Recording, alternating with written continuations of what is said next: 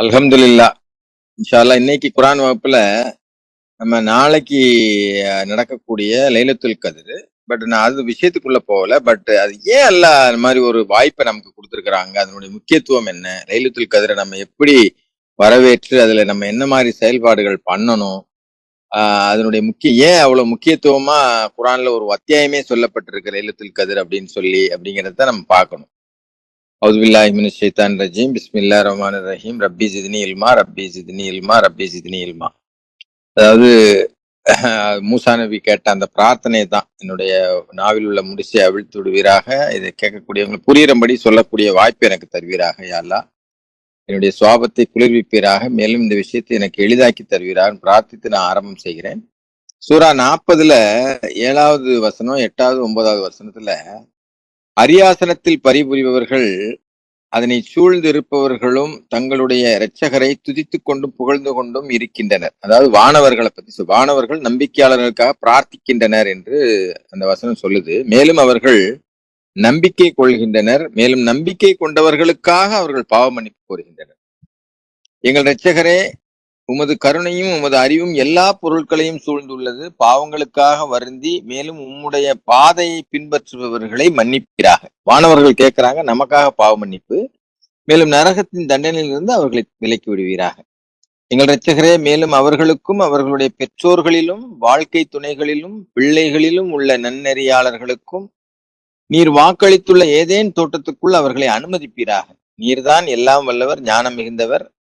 மேலும் பாவத்தில் வீழ்வதிலிருந்தும் அவர்களை பாதுகாப்பீராக.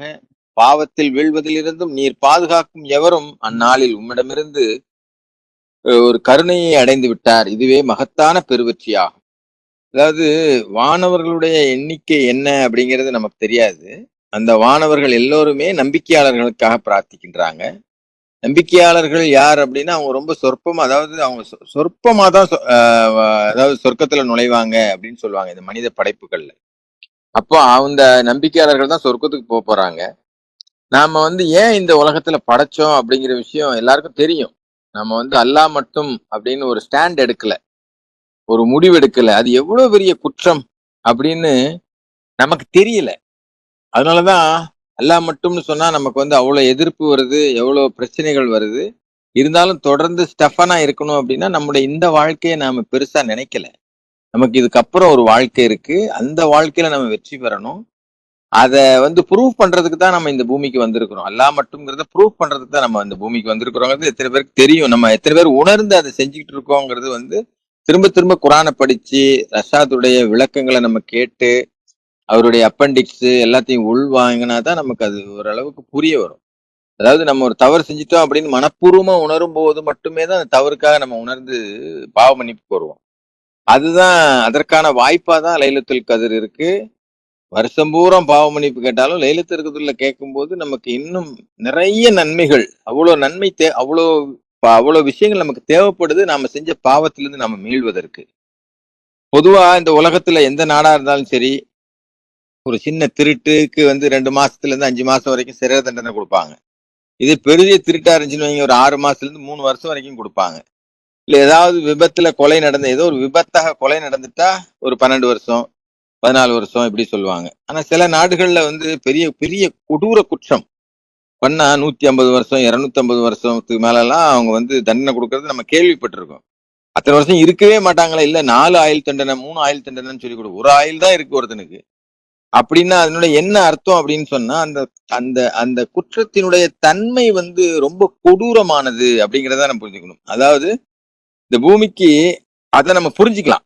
இந்த உலகத்துல நமக்கு இத்தனை வருஷம் வாழ மாட்டாங்கன்னு தெரிஞ்சிருந்தும் அந்த அளவுக்கு தண்டனை நம்ம இதெல்லாம் கேள்விப்பட்டிருப்போம், படிச்சிருப்போம். 150 வருஷம் 200 வருஷம்லாம் தண்டனை கொடுத்த நிறைய தீர்ப்புகள் இந்த உலகத்துல இருக்கு.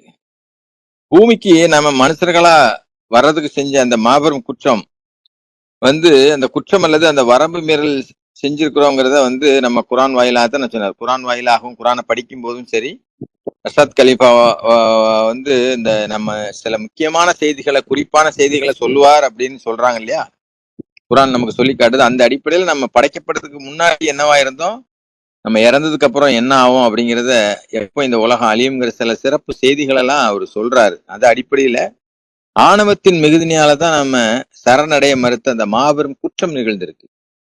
ஆணவம்ங்கிறது ரொம்ப ஏற்றத்தாழ்வு பார்க்கறதா இருக்கலாம். அதாவது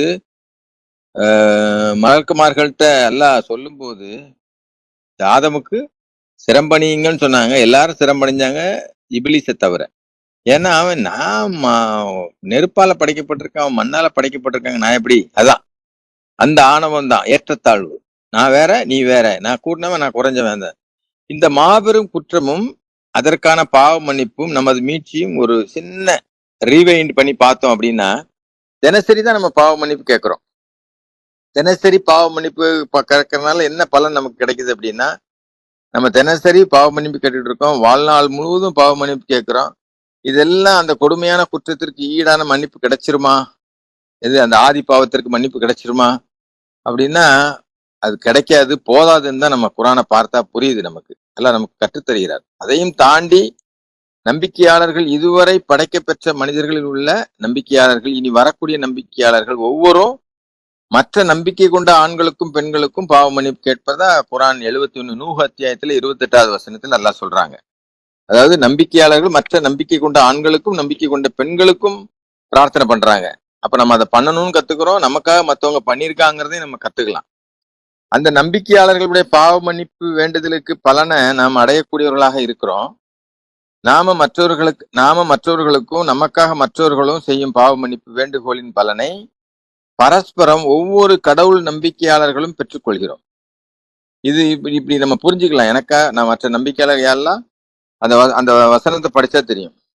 பூமியில் உள்ள ஆண்கள் பெண்கள், அதாவது நம்பிக்கை கொண்ட ஆண்கள் நம்பிக்கை கொண்ட பெண்களுடைய பாவத்தை மன்னிச்சிரு நல்லா கேட்க சொல்லி நமக்கு சொல்லி காட்டுறாங்க. இது நம்ம கத்துக்கலாம் நம்பிக்கையாளர். ஆனா வானவர்கள் நம்பிக்கையாளர்களாக பிரார்த்திப்பதை கடவுள் கற்றுத் தருகிறார். அதான் நான் இப்ப படிச்சேன் முதல்ல உங்களுக்கு 40வது அத்தியாயத்துல 7, 8, 9வது வசனத்துல சொல்லப்பட்டிருக்கு. இந்த வானவர்களுடைய எண்ணிக்கை அல்லாஹ் மட்டுமே அறிந்தவரா இருக்கிறாருன்னு அல்லாஹ் நமக்கு திருப்பி திருப்பி சொல்லி காட்டுறாங்க. அது எவ்வளவு எண்ணிக்கைன்னு வானவர்களுக்கே கூட தெரியாது என்று அல்லாஹ் குறிப்பிடுகிறாங்க. பூமியில் உள்ள மனிதர்களின் எண்ணிக்கையை நாம இப்ப எண்ணி தெரிந்து கொள்ள முடியும். இது வரைக்கும் எத்தனை பேர் வந்தாங்க, இனி எத்தனை பேர் வர இருக்கிறாங்கிற விஷயத்த கூட கணிக்க முடியும் நமக்கு. ஆனா வானவர்களின் எண்ணிக்கைய, அதன் பிரம்மாண்டத்தை அல்லாஹ் மட்டும்தான் அறிந்தவரா இருக்கிறார். அந்த குரான் வசனம் இப்ப நான் படிச்ச அதாவது 7வது 8வது வசனத்துல வானவர்கள் பாவ மன்னிப்பு தேடுகின்றனர் என்று அல்லாஹ் நமக்கு கத்துறாங்க. இந்த வானவர்களுடைய பாவ மன்னிப்பு யாரை சென்றடையும்?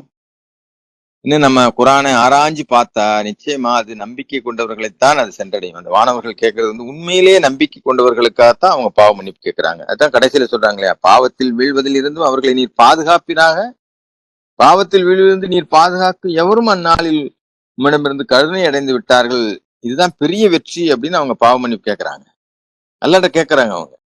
அப்போ இந்த பிரம்மாண்டமான எண்ணிக்கையில் உள்ள வானவர்கள் மன்னிப்பு கேட்டு அந்த பலன், பிரார்த்தனைகளின் பலன் எல்லாத்தையும் ஒட்டுமொத்தமா நம்ம எப்படி பார்க்க வேண்டும் என்றால், நம்முடைய பாவத்தினுடைய தன்மை. இவ்வளவு பேரு மன்னிப்பு, நம்பிக்கையாளர்கள் பாவ மன்னிப்பு கேட்கிறாங்க, வானவர்கள் பாவ மன்னிப்பு கேட்கிறாங்க, நாம பாவ மன்னிப்பு கேட்டுக்கிட்டே இருக்கோம் அல்லாட்ட. இது எல்லாத்தையும் ஒட்டுமொத்தமா பார்த்தோம் அப்படின்னு சொன்னா நம்முடைய பாவத்தினுடைய தன்மை எவ்வளவு கொடுமையான பாவம் அது. அதாவது இந்த பிரம்மாண்டமான பிரபஞ்சத்தை படைச்சி ஆட்சி அதிகார பரிபாலனம் செய்யக்கூடிய அந்த பரிபூர்ணமான அல்லாவை நம்ம அல்லாவா எடுக்காம ஏதையோ நம்முடைய மன இச்சைய ஒரு மனிதரை இல்ல ஒரு விஷயத்த நம்ம அல்லாவுக்கு இணை கொண்டு வச்சுட்டோம் அப்படின்னு சொன்னா உண்மையிலேயே நாம நம்மளுடைய பாவத்தை நம்ம புரியவே இல்லை, நம்மளுடைய குற்றத்தை உணரவே இல்லைன்னு தான் அர்த்தம். அதற்கான தேவையை ஒப்பிடும்போது நம்ம உணர்ந்துக்கலாம். இப்போ இவ்வளவு பேருடைய பாவ மன்னிப்பினுடைய பலனும் நமக்கு தேவைப்படுது. ஏன்னா நம்மளுடைய பாவத்தின் தன்மை என்ன அப்படின்னா, வாழ்நாள் முழுவதும் நம்ம பாவ மன்னிப்பு கேட்கிறோம், காலையிலையும் மாலையிலையும் இரவிலையும். கேட்கலன்னா கேட்கணுங்கிறதே நான் இந்த இடத்துல சுட்டி காட்டுறேன். நம்ம கேட்காம இருந்தோம்னா தயவு செய்து நம்ம கேட்கணும். அதாவது பின்னிரவு நேரத்தில் அல்லாஹ்விடம் மன்னிப்பு கோருபவர்களே அல்லாஹ் மிகவும் விரும்பக்கூடியவராக இருக்கிறாங்கன்னு அல்லாஹ் குர்ஆன்ல சொல்றாங்க. இப்ப பாவ மன்னிப்பு கேட்கிறோம், காலையிலையும் மாலையிலையும் ராத்திரியும் பாவ மன்னிப்பு கேட்பது பத்தாது, நம்பிக்கையாளர்களும் நமக்காக பாவ மன்னிப்பு கேட்கிறாங்க, வானவர்களும் பாவ மன்னிப்பு கேட்க சொல்லி இதெல்லாம் அல்லாஹ்வுடைய திட்டப்படிதான் நடக்குது. ஏன்னா அவ்வளவு பெரிய பாவத்தை, அவ்வளவு பெரிய குற்றத்தை நம்ம இந்த வாழ்நாத்துல செஞ்சிருக்கோம். அதனாலதான் ரசாத் சொல்லும்போது இது ஹொரண்டைஸ் கிரைம் அப்படின்னு சொல்லுவாரு, ஒரு மாபெரும் குற்றம் அப்படின்னு சொல்லி. இந்த மன்னிப்பு கேட்பது கலகத்தின் தன்மைக்காகவும் குற்றத்தின் ஆழத்தை, குற்றத்தின் தன்மையை நம்ம புரிஞ்சுக்கிறதுக்காகவும் தான். அதை புரிஞ்சுக்கிட்டோம்னா நம்ம கேட்டுக்கிட்டே இருப்போம் பாவ மன்னிப்பு. நான் தான் ஒரு வாட்டி கேட்டேனே, அல்லா தான் மன்னிச்சிருவாரு. அப்படி இல்லை இது. ஏன்னா ஆதி பாவம்ங்கிறது வந்து நமக்குள்ளேயே இருக்குது. நம்ம பாவ மன்னிப்பு கேட்டாலும் திருப்பி திருப்பி தவறு பண்ணிக்கிட்டே இருக்கிறோம். அதனால நமக்கு இன்னொரு வாய்ப்பு தந்து நம்மை மீட்டுக் கொள்ள இந்த பூமியில வச்சதற்கு அல்லாவை நினைவு கூறுவதும், அல்லாவை துதிப்பதும், புகழ்வதும், நிற்கும் போதும், நடக்கும் போதும், படுத்திருக்கும் போதும், இரவுலையும் பகல்லையும், ரகசியமாகவும் பகிரங்கமாகவும் நம்முடைய வாழ்நாள்ல ஒரு 65 வயசு, 70 வயசு, இல்ல 90 வயசு யாருக்கு எத்தனை வாய்ப்பு கிடைச்சிருக்குன்னு தெரியாது. அதன் மூலம் கிடைக்கக்கூடிய பலன்கள் நம்முடைய பாவத்திற்கு ஈடாகுமா அப்படின்னு பார்த்தா நிச்சயமா போதுமானதாக இருக்காது, இருக்க வாய்ப்பில்லை. போதுமா என்றால் போதாது. அதனாலதான் அல்லாஹ் நமக்கு இந்த வாய்ப்பை தந்திருக்கிறார். எந்த வாய்ப்பை? லைலத்துல் கத்ர்ங்கிற வாய்ப்பை தந்திருக்கிறாங்க. நம்மள அதை குறிப்பிட்டும் சொல்றாங்க. அல்லாவின் பெயரால் மிக்க அருளாளர் மிக்க கருணையாளர் 97 1 2 3. விதியின் இரவில் நாம் இதனை இறக்கினோம். விதியின் இரவானது எத்தனை பிரமிப்பூட்டுவது. விதியின் இரவானது 1000 மாதங்களை விட மேலானது. அதாவது போன புதன்கிழமை தம்பி இஷாக் வந்து ரஷாத் வந்து லைலத்துல் கத்ருடைய தன்மையை சொல்லும் போது அந்த இரவுல என்ன நடக்கு அப்படின்னு சொன்னாங்க. அதைத்தான் இந்த அல்லாஹ் விதியின் இரவுல நாம இறக்கணும். விதியின் இரவானது 1000 மாதங்களை விட மேலானது. இந்த இரவு என்பது குர்ஆன் இறக்கப்பட்ட அந்த இரவு. பலர் விதியின் இரவு என்பது குர்ஆன் இறக்கப்பட்ட அந்த இரவு என்று சர்ச்சை வைக்கிறார். அதாவது அதுல சர்ச்சை இருக்கு நமக்கு. அந்த இரவுலதான் இறக்கப்பட்டுச்சா அப்படின்னு சொல்லி. ஆனா குர்ஆனில் அல்லாஹ் உலகம் படைக்கப்பட்டது முதல் மாதங்களின் எண்ணிக்கை 12. அதாவது விதியின் இரவானது உலகம் படைக்கப்பட்ட நாள் முதல் இருந்து கொண்டேதான் இருக்குது. அந்த இரவில் இந்த இந்த லைலத்துல் கத்ரில அல்லாஹ் குர்ஆனை இறக்கினார். அந்த இரவானது 1000 மாதங்கள் மேலானது என்று அல்லாஹ் குறிப்பிட்டும் சொல்றாங்க.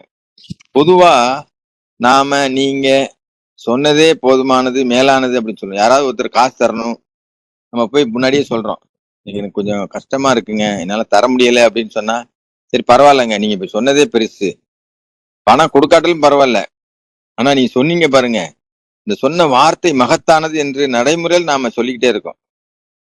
1000 மாதங்களை விட மேலானது என்று அல்லாஹ் நம்ம இந்த அல் கத்ர் அத்தியாயத்துல குறிப்பிட்டு சொல்றாங்க. 1000 மாதங்கள் அல்லாஹுவின் நினைவு கொண்டிருந்தால் எவ்வளவு பாக்கியம் கிடைக்குமோ அந்த மாதிரி ஒரு பாக்கியம் நிறைஞ்சது லைலத்துல் கத்ர்.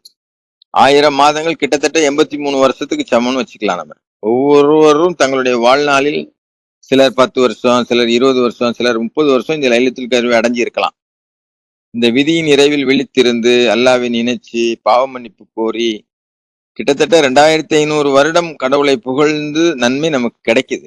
ஒரு 20-30 வருஷமே கரெக்டா லைலத்துல் கத்ரை அடைஞ்சு. அதனாலதான் நோன்பு ஆரம்பிக்கிறதும் சரி, நோன்பு வந்து கடைசி 10 இரவும் சரி, அந்த லைலத்துல் கத்ர் இரவும் சரி, நம்ம மிஸ் பண்ணிடக்கூடாது. புறப்பாத்தான் வைப்பேன், புறப்பாத்தான் விடுவேன் அப்படின்னு சொன்னா லைலத்துல் கத்ர் கிடைக்க வாய்ப்பு கிடையாது. அப்போ அந்த கடவுளை புகழ்ந்து நன்மை கிடைக்குது நமக்கு. அவ்வளவு பாக்கியமும் வாய்ப்பும் அல்லாஹ் நமக்கு தருறாங்க. அந்த அளவுக்கு நாம தேவையுடையவர்களாக இருக்கிறோம். அவ்வளவு பெரிய தவறை நாம செஞ்சுட்டு வந்திருக்கோம். அதனால நமக்கு பாவ மன்னிப்பு யார் யார் மூலமாக வந்து சேர வேண்டும் என்று குர்ஆன்ல அல்லாஹ் நமக்கு கற்றுத்தருகிறாங்க. அதன் மூலம்தான் உங்களுடைய பொறாமைகளை நீக்கி சொர்க்கத்தில் அனுப்புகிறேன் என்று குறிப்பிடுறார் அல்லாஹ். அதாவது அந்த பாவத்தை மன்னிச்சுட்டாங்கன்னா பொறாமை குணமே மனசுல இருக்காது. நாளைக்கு சொர்க்கத்துக்குள்ள போகும்போது நமக்கு பொறாமையே இருக்காது. பொறாமை இருந்தா நம்ம சொர்க்கத்துக்குள்ள போக முடியாது. அதனாலதான் நாம் பூமியில நாம செய்யும் பல தவறுகளை மன்னித்து நாம் வெற்றி பெற பல வாய்ப்புகளை அமைத்து தந்திருக்காங்க அல்லாஹ். குடும்பம், நம்முடைய சமுதாய முறைகளை நாம சாதகமாக்கி உள்ளார். நமக்கு சாதகமானதாகவே அல்லாஹ் ஆக்கி தந்திருக்கிறாங்க. 30 வருஷம் லைலத்துல் கத்ரை தொடர்ந்து செய்து 2500 30 வருஷம் செஞ்சிருந்தா 2500 வருடங்கள் அல்லாஹ்வை நினைச்சதுக்கும் அல்லாஹ்வுடைய பாவத்திற்கு, அதாவது நமக்கு நம் பாவத்திற்கு அவ்வளவு செஞ்சிருந்தாலும் நம் பாவத்துக்கு பத்துமான்னு கேட்டா நம்ம கழுத்துக்களை குறித்து கவனத்துடன் இந்த பூமியில் வாழும் என்று அல்லாஹ் அறிவுறுத்துகிறார். ஏன்னா நபிமார்களுக்கு அவங்க சொந்த குலத்தை உணர்ந்த எல்லாருமே இப்படி செஞ்சிருந்தாலுமே நம்ம அதை குறித்து ஒரு அச்சத்தோட தான் இருக்கும். எப்போது இது நிறைவு பெறும் என்றால், எப்போது நம்முடைய வழக்கரத்துல நம்முடைய புத்தகங்கள் கொடுக்கப்படுகிறதோ அதுவரை நிச்சயம் இல்லை, நமக்கு சொர்க்கமா என்னங்கிற நிச்சயம் இல்லை. அதனாலதான் சொல்றாங்க அந்த அல் அஹ்ராப் சூறால, சிகரங்கள் சூறால அந்த நிலையை அடைஞ்சிட்டாலே பெரிய விஷயம் அப்படின்னு சொல்றாங்கல்ல. அதனால நம்ம கையில வழக்கரங்கள்ல அந்த ஏடுகளை பெற வரக்கூடிய வரைக்கும் நமக்கு நிச்சயம் இல்லை. ஏன்னா இறுதி நாளின் அதிபதியாக அல்லாஹ் மட்டும்தான் இருக்கிறார். அதனால நாம் ஒவ்வொருவரும் நமது கழுத்துக்களை பற்றி கவலையுடன் இருந்து இந்த பூமியில வாழணும். அந்த கவலையோட இருக்கும்போதுதான் அல்லாஹ்வுடைய மாட்சிமையை முதல்ல தெரிந்து கொள்ளணும். அல்லாஹ்வின் மாட்சிமைக்கு அஞ்சி தங்களை மாற்றிக் கொள்பவர்கள் என்று குறிப்பிடுகிறார். அதனாலதான் அல்லாஹ்வுடைய தன்மையை நஜ்மாக்கா சொல்லும்போது சொல்றாங்க. நம்ம அதாவது நமக்கு யார் அல்லாஹ்? நம்ம அல்லாஹ் நமக்கு என்ன வேணுமோ அதை தரக்கூடியவர் தான் நமக்கு அல்லாஹ். அப்ப என்ன வேணும்னு கேட்க தெரிஞ்சாதானே அல்லாஹ் தருவாரு. கேட்டாதான் தருவேன்னு சொல்றாரு.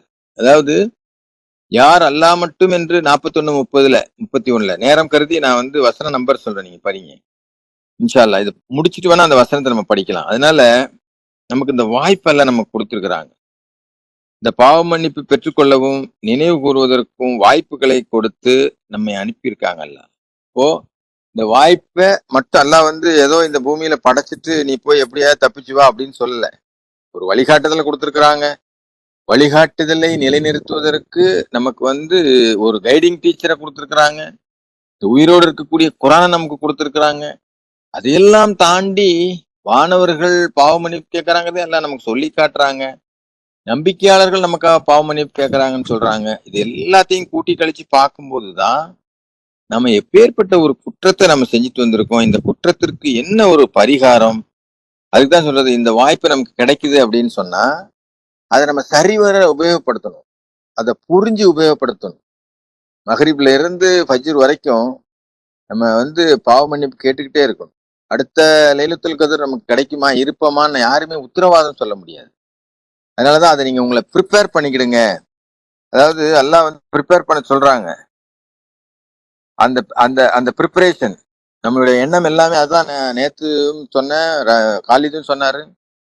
நம்மளுடைய நோக்கம் எல்லாமே அதாவது உணவுல, ட்ரெஸ்ல, இல்லட்ட வந்து அங்க வந்து வீண் பேச்சுல இல்லாம ஒன்லி கவனம் கண்ணை மூடி அல்லாட்ட பாவ மன்னிப்பு கேட்கறது, திக்ர் பண்றது இதுலயே இருந்துச்சு அப்படின்னு சொன்னா நிச்சயமா நம்மளுடைய உடல்ல ஏற்படக்கூடிய என்னவா இருந்தாலும் அல்லாட்ட நிவர்த்தி செய்ய சொல்லி அல்லாட்ட பிரார்த்தனை பண்ணலாம். பாவத்துக்கு மன்றாடக்கூடி நிறைய நன்மைகளை பெறக்கூடிய ஒரு மக்களால நம்மளை ஆக்கி வைக்கணும்.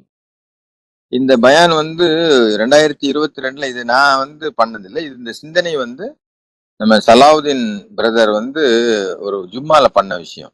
எனக்கு இன்னைக்கு வாய்ப்பு கிடைச்சதுனால நாளைக்கு லைலத்துல் கத்ர் இருக்கிறதுனால நாங்க எல்லாருக்கும் இதை திருப்பி ஞாபகப்படுத்தணும் அப்படின்னு நினைச்சேன். அதனால இன்ஷா அல்லாஹ் இந்த வாய்ப்பை நாம வந்து சரியா பயன்படுத்திக்கணும். நாளைக்கு லைலத்துல் கத்ரை நாம வந்து மிஸ் பண்ணாம, கவனத்தை சிதற விடாம நம்ம வந்து முழுக்க அல்லாவை நோக்கி அல்லாட்ட புகழ்வதும், அல்லாவை துதிப்பதும், அல்லாவிட்ட பாவ மன்னிப்பு கேட்டு மன்றாடி அந்த மாபெரும் கொடிய குற்றத்திலிருந்து மீண்டு அல்லாவின் சாம்ராஜ்யத்தில் மீண்டும் நம்ம நுழையக்கூடிய பாக்கியத்தை நம்ம எல்லாருக்கும் அல்லாஹ் நமக்கு தரணும். அது அல்லாம டெய்லியும் பண்றதுக்கு தொடர்ந்து பண்ணணும். நாளைக்கு கிடைக்கக்கூடிய அந்த சந்தர்ப்பத்தை நம்ம விசேஷமா உபயோகப்படுத்திக்கணும் அப்படிங்கிற வேண்டுகோளோட நான் வந்து நிறைவு செய்கிறேன். அல்ஹம்துலில்லாஹ். அல்ஹம்துலில்லாஹ். ஸலாம் அலைக்கும். உங்களுக்கு இதுல ஏதாவது டவுட், கருத்து இருந்துச்சுன்னா நீங்க சொல்லுங்க, கேளுங்க இன்ஷா அல்லாஹ். ஸலாம் அலைக்கும்.